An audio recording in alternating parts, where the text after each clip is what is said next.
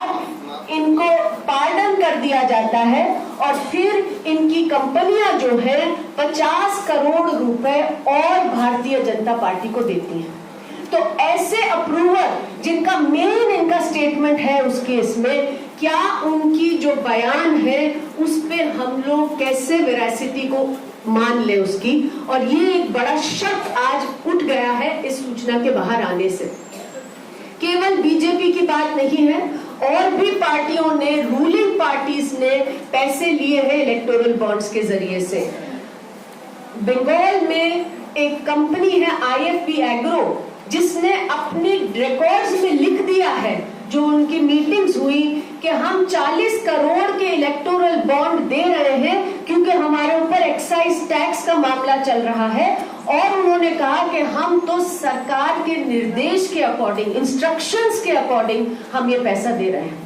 तो ये जो पूरा एक्सटॉर्शन का मामला है, ये निकल कर आ रहा है पूरी तरह से इस इलेक्टोरल बॉन्ड्स के जरिए से। और इसके अंदर अगर हम एक और बहुत ही गंभीर चीज जो निकली है वो देखें, वो है काला धन सफेद करने की बात, मनी लॉन्ड्रिंग। हमारे प्रधानमंत्री इलेक्टोरल बॉन्ड स्कीम को आज भी डिफेंड ये कहकर कर रहे हैं कि मैं इस स्कीम को इसलिए लाया जिससे कि काला धन देश में खत्म हो जाए। आप ये समझिए कि RBI, ECI, जो रिजर्व बैंक ऑफ इंडिया और इलेक्शन कमीशन ऑफ इंडिया है, दोनों ने चिट्ठियां लिखी थी वित्त मंत्रालय को कि इलेक्टोरल बॉन्ड स्कीम मत लाइए स्कीम लाने से पहले। क्यों? उन्होंने कहा कि इससे तो काला धन बढ़ जाएगा और मनी लॉन्ड्रिंग होगी। सुप्रीम कोर्ट ने भी इसकी सुनवाई करी तो यही पाया कि इससे तो मनी लॉन्ड्रिंग होने का बहुत बड़ा चांस है। क्यों? क्योंकि अगर किसी के पास पैसा है बैंक में, वो जाकर इलेक्टोरल बॉन्ड बैंकिंग चैनल से खरीद लेंगे, लेकिन कोई दूसरा इंसान जिसके पास पैसा पड़ा है वो जाकर कैश देकर वो इलेक्टोरल बॉन्ड उनसे खरीद लेंगे। तो ये अपना काला धन जो है उसको सफेद करने का चैनल बन जाएगा।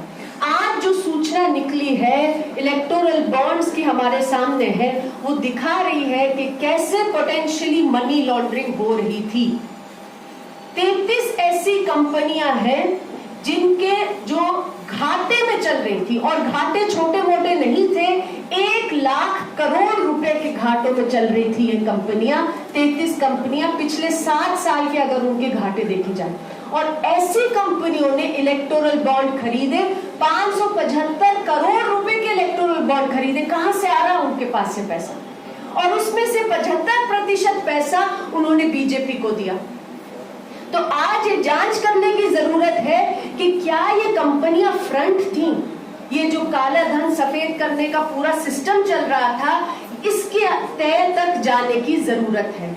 ऐसी कंपनियां हैं जो हाल ही में बनी, 2 महीने पहले बनी, 4 महीने पहले बनी, और कानून में अलाउड नहीं है कि कोई 3 साल से कम स्थापित होने वाली कंपनी पॉलिटिकल पार्टी को पैसे दे सके। ऐसी कंपनियां हैं 20 जिन्होंने 100 करोड़ से अधिक इलेक्टोरल बॉन्ड दिए हैं।